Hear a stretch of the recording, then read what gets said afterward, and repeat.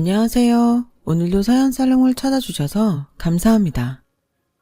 동장군이 기승을 부리는 밤에는 옷깃을 아무리 여며봤자 온몸이 금세 얼음장이 되게 마련이죠. 저희 삶에도 그처럼 시리고 어두운 날들이 있었어요. 지금은 30대 중반이 된 제가 대학교를 막 졸업했을 무렵 큰 가스폭발 사고가 있었거든요. 친정아버지는 유언 한마디 남기지 못한 채로 현장에서 운명을 달리하셨고, 근처에 있던 친정엄마는 충격으로 인해 튀어나간 덕분에 별다른 화상 없이 목숨을 부지할 수 있었지만, 병원에서 눈을 뜬 친정엄마의 세상은 온통 어두운 밤이었어요.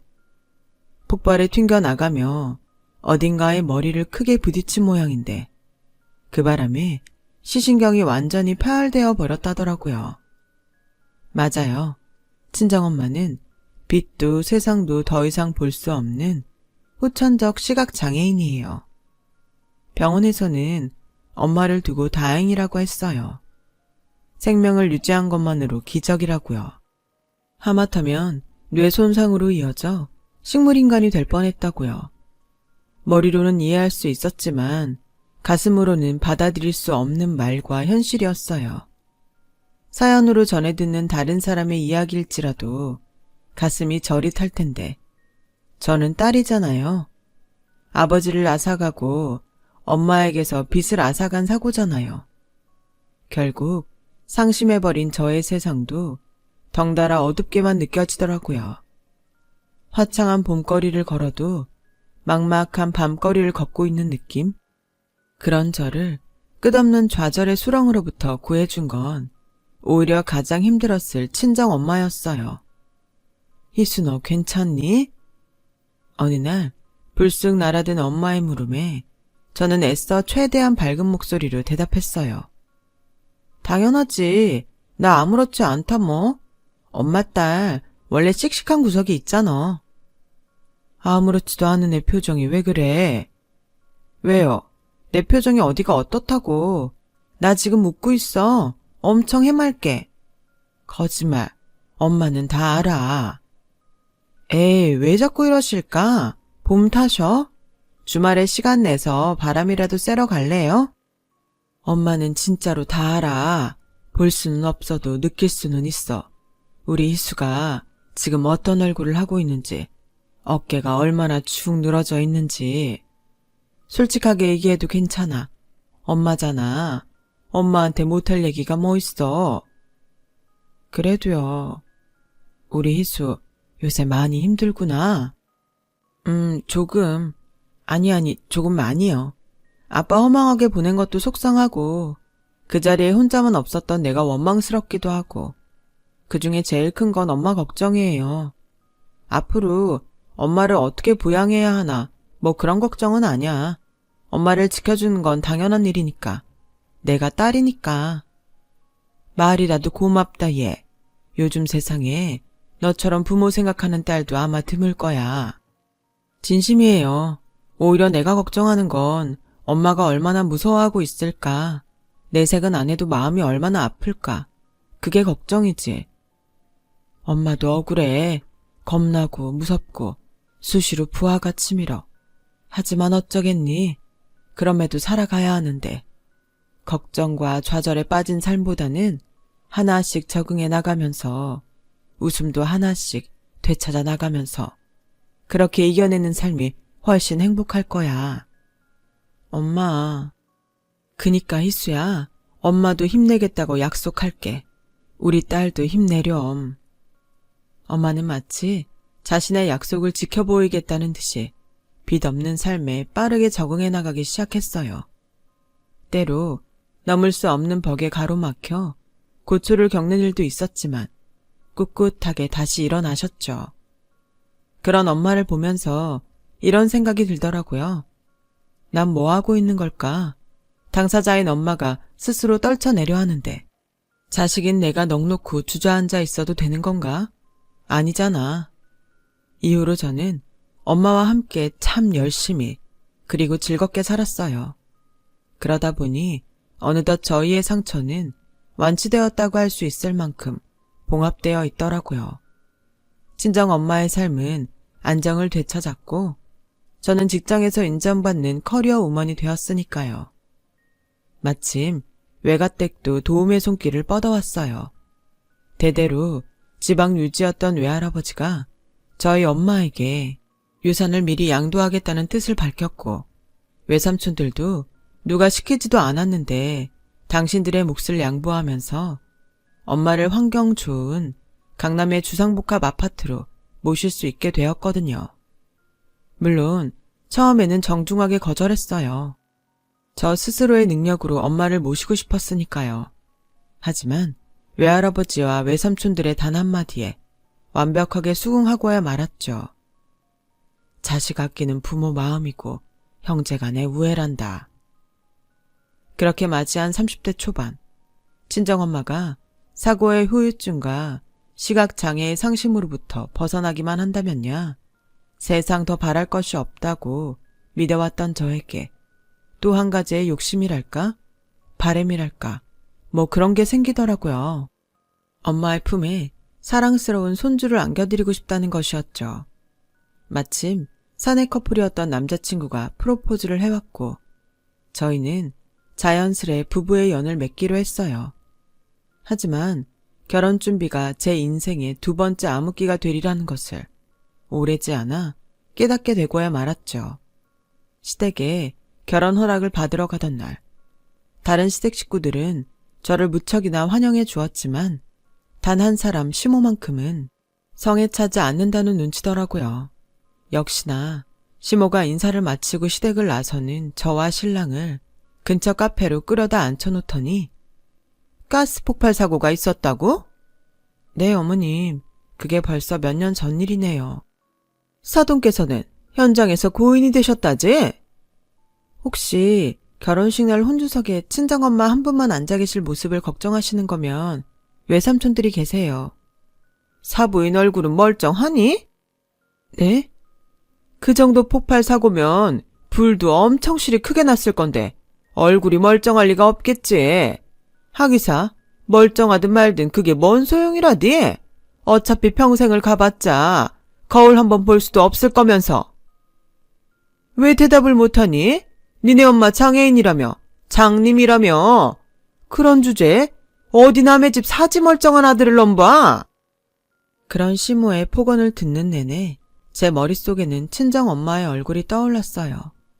다행이라는 생각이 들었어요. 그 모욕을 엄마가 아닌 내가 대신 당할 수 있어서요. 엄마에게 미안한 마음도 들었어요. 어디 가서 이런 꼴이나 당하면서 살려고 엄마가 절 애지중지 키워오신 게 아니니까요. 마침내는 분노가 치솟았고 그 분노 그대로를 시모에게 터뜨렸죠.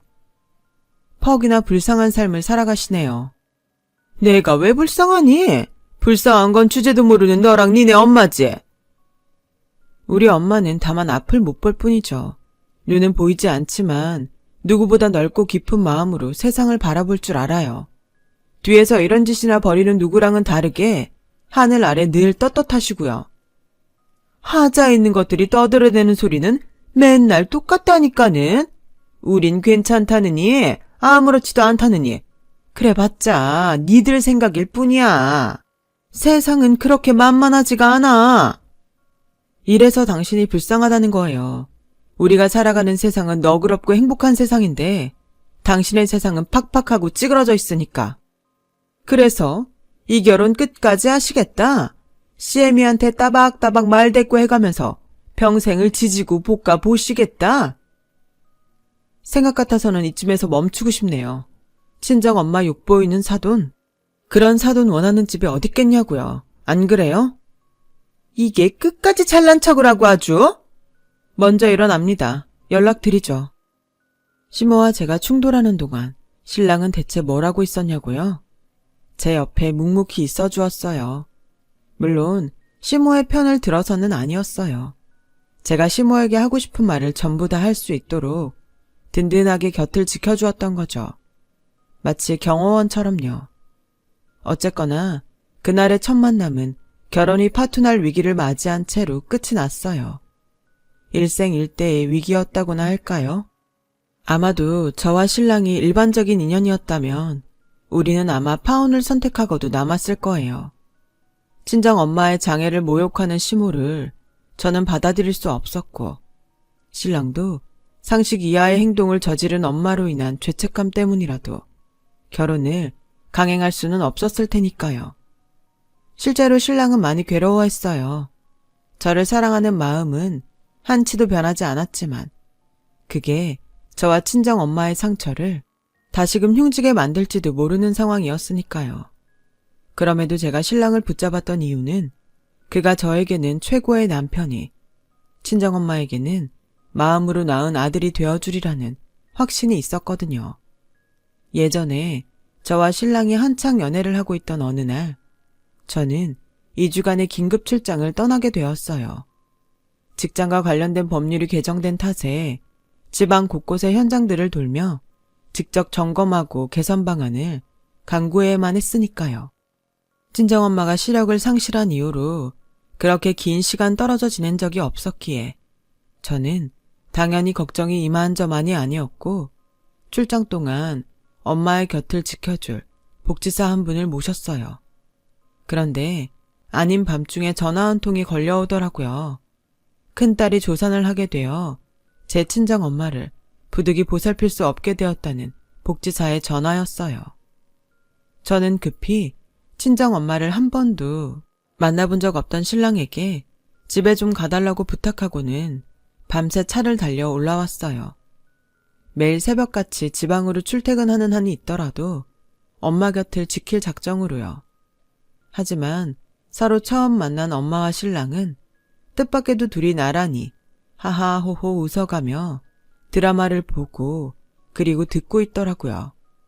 그런 둘의 모습에 안도의 한숨을 내쉬던 그때 신랑의 손에 감겨있는 붕대가 눈에 띄었고, 저는 엄마가 깊게 잠든 틈을 타 신랑에게 물었어요. 뭐야? 손 이거 화상 맞지? 커피 타다가 뜨거운 물 쏟는 바람에 진짜 딱 그냥 그뿐이야. 무슨 내가 자기를 몰라? 당신이 어디 그런 실수할 사람이냐고.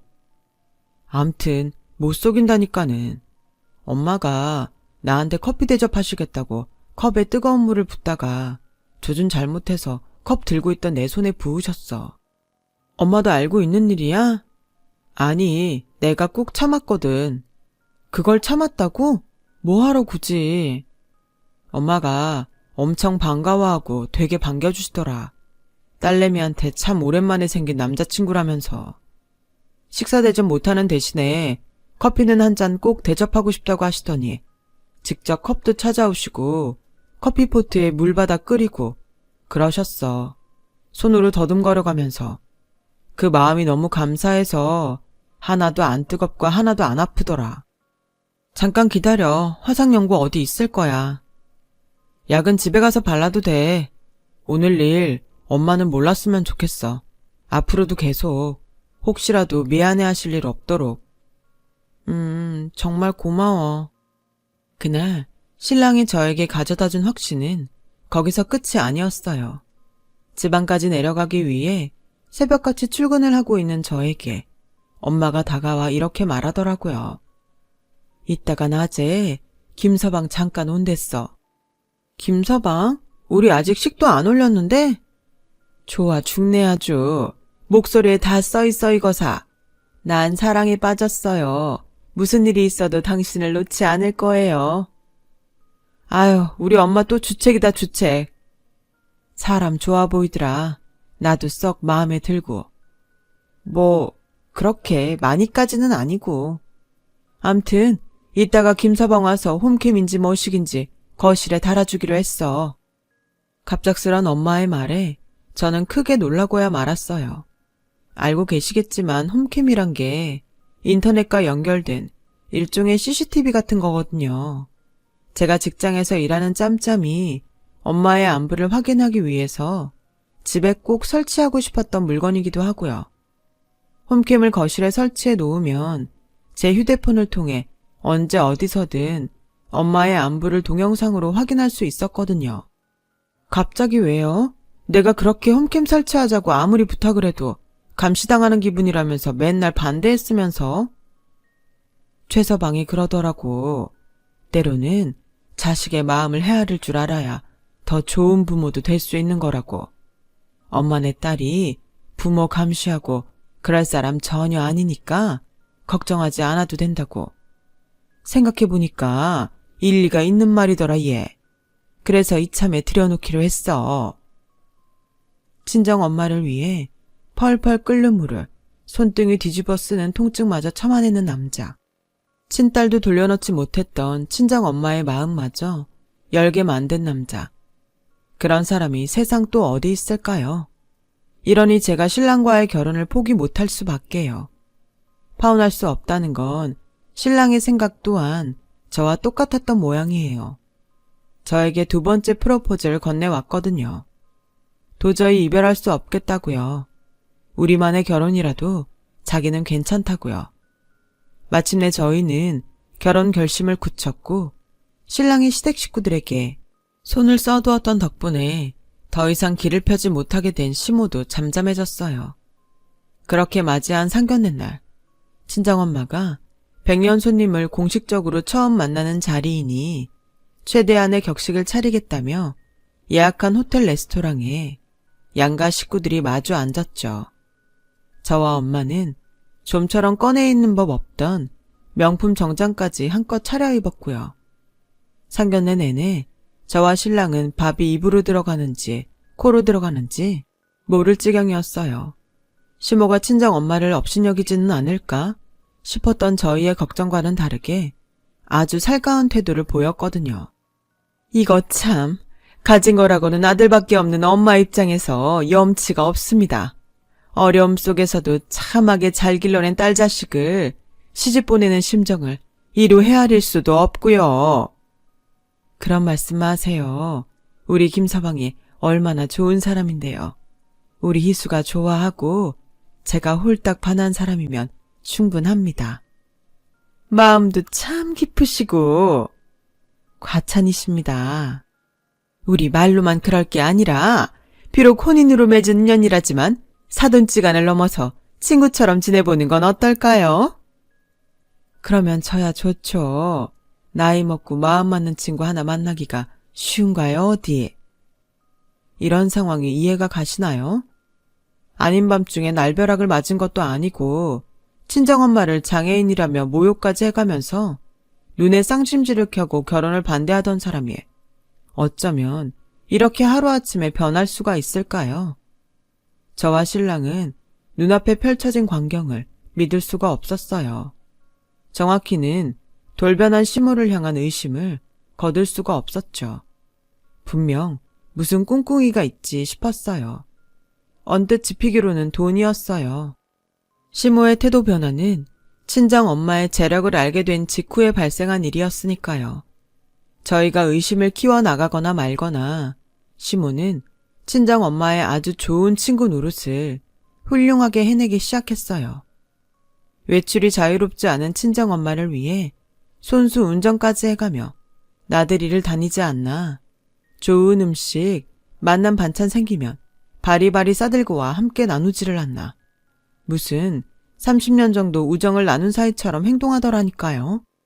돌변한 시모의 행동에는 분명 뭔가 있는데 그 무언가가 돈 때문인 것 같은데 그렇다고 시력을 잃은 이후 처음으로 친구가 생겼다고 철석같이 믿고 있는 친정엄마한테 시모가 돈 때문에 접근하는 것 같다고 섣불리 말할 수 있는 노릇도 아니었어요. 굳이 사실을 고백하자면 엄마가 장애인이라는 이유로 결혼을 반대했다는 사실부터 털어놓아야 하는데 자식된 입장에서 그 모욕적인 언행들을 고백하는 것도 절대 쉬운 일은 아니었고요. 상황이 이러니 중간에 끼인 저와 신랑 입장에서는 머리가 터져나갈 수밖에요. 하지만 꼬리가 길면 언젠가는 반드시 밟히는 법이죠.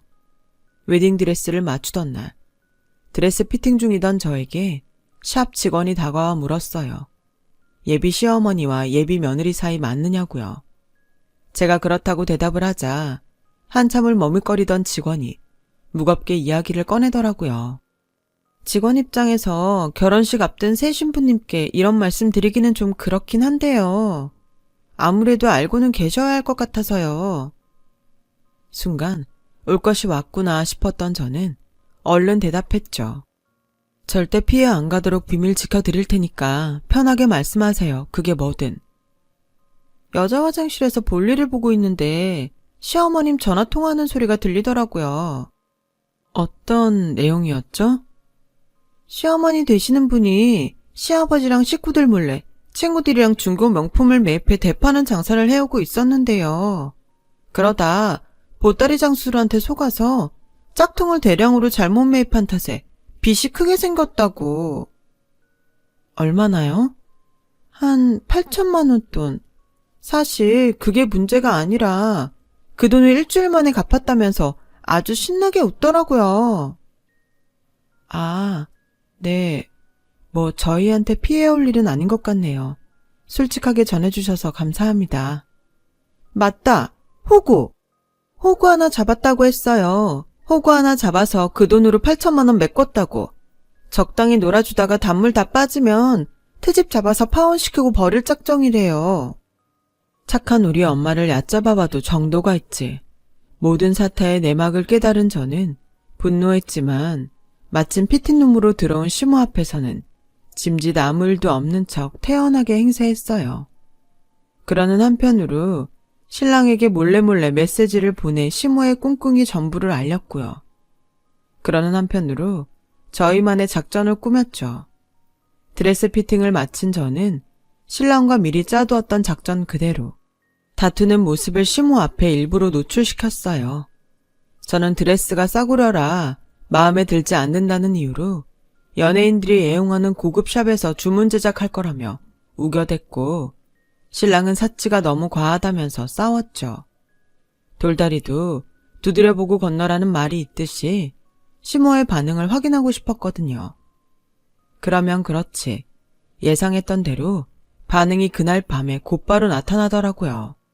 기니 할 얘기가 있으니 신랑이랑 시댁으로 오라는 시모의 전화였어요.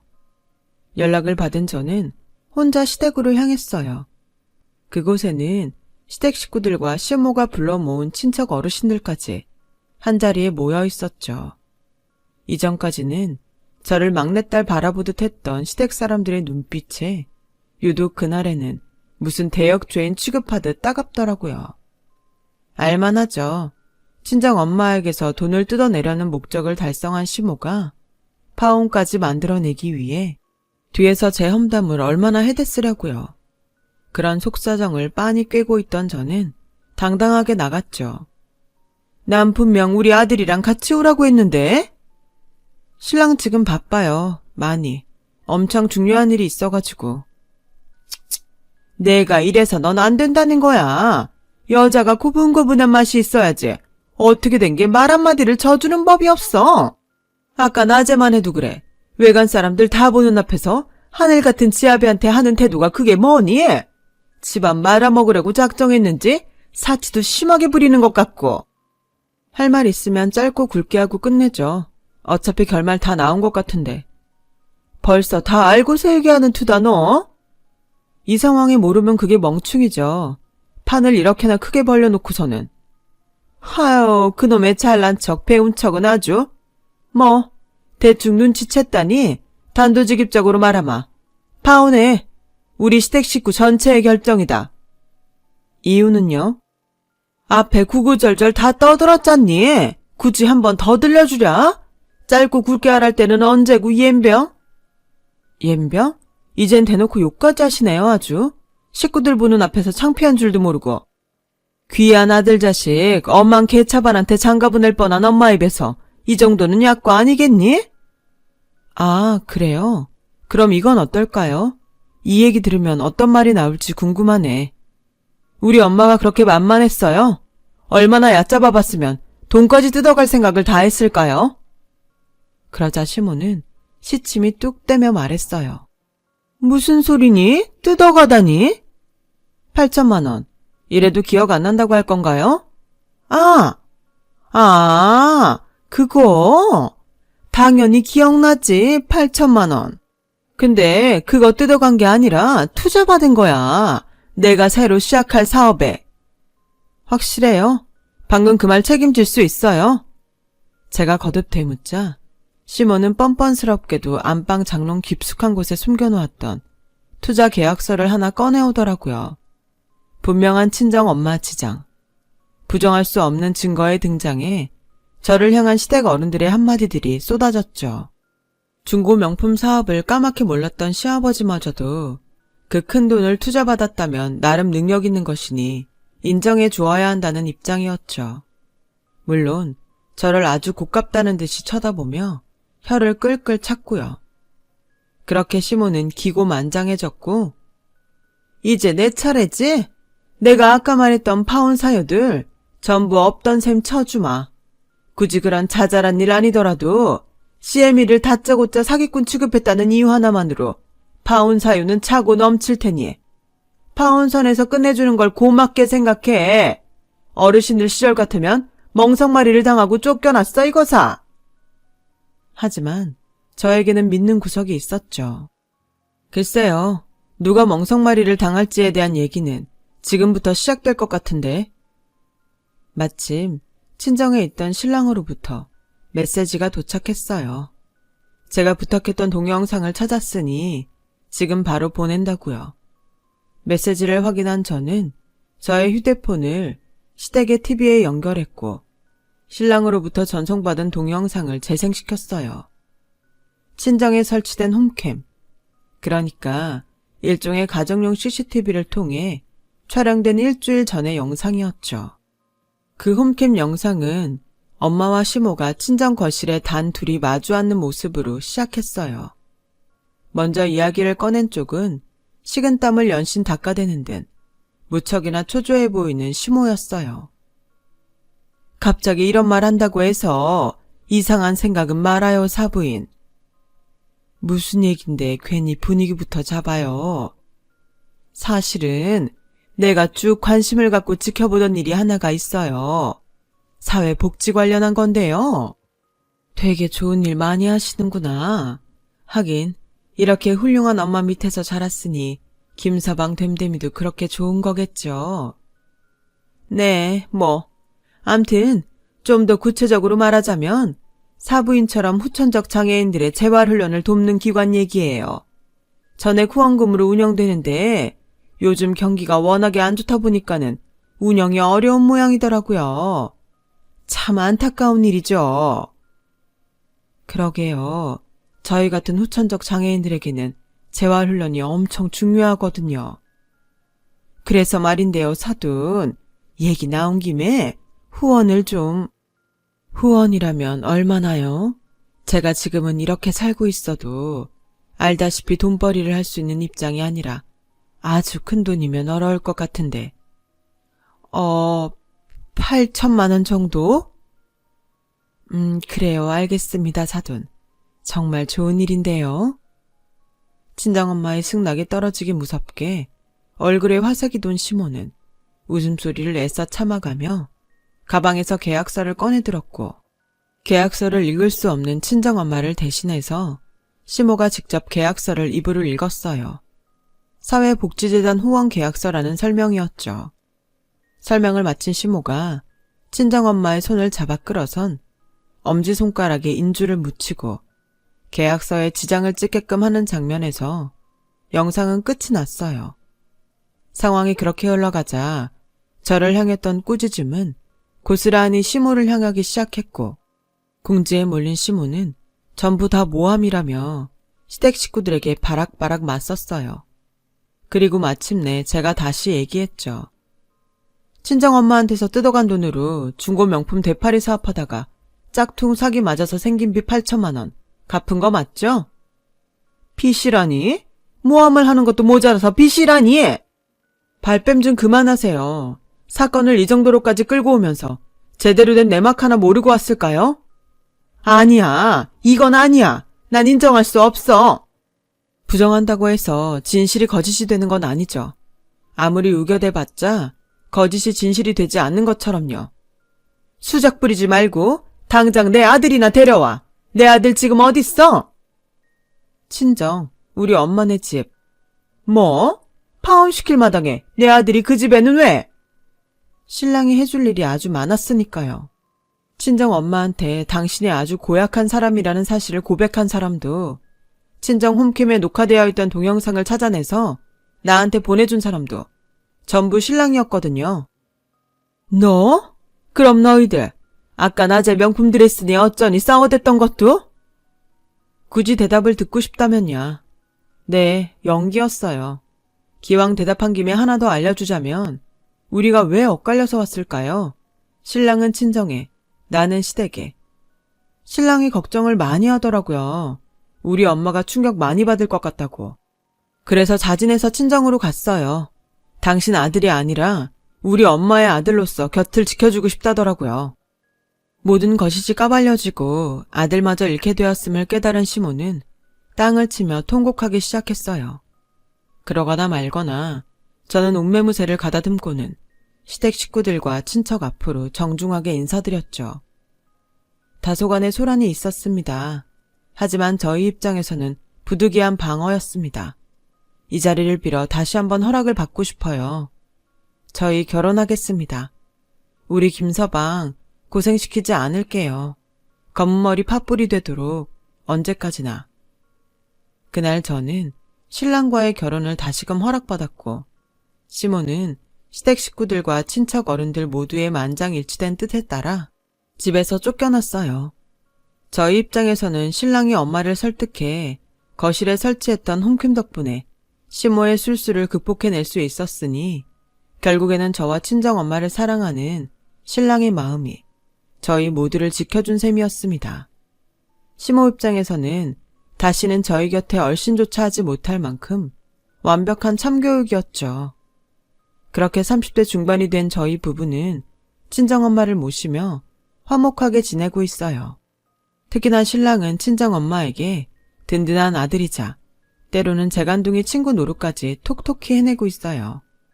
시모는 그 와중에도 사기죄로 콩밥 먹는 건 두려웠는지 친정엄마를 기만해가며 뜯어갔던 원금 8천만 원을 매달 조금씩 입금해오고 있을 뿐이죠. 집에서 쫓겨난 데다가 거액의 빚까지 갚아 나가려니 그 노후가 얼마나 팍팍할지 눈에 선하네요. 본인 발등 본인이 찍어버린 꼴이라고나 할까요? 남의 약점을 이용해서 사는 사람들도 있지만 세상에는 아직 좋고 믿을 만한 사람들도 많다는 걸 신랑을 통해 다시금 봅니다. 저희도 더 좋은 일 많이 하며 보람되게 살아가겠습니다. 제 이야기 들어주신 모든 분들 감사합니다. 항상 건강하시고 하고자 하시는 일 다 대박 나시기를 바랍니다. 여러분, 사연 댓글에 응원과 현명한 조언 부탁드려요. 좋아요와 구독은 저에게 큰 힘이 됩니다. 오늘도 좋은 일 가득하세요.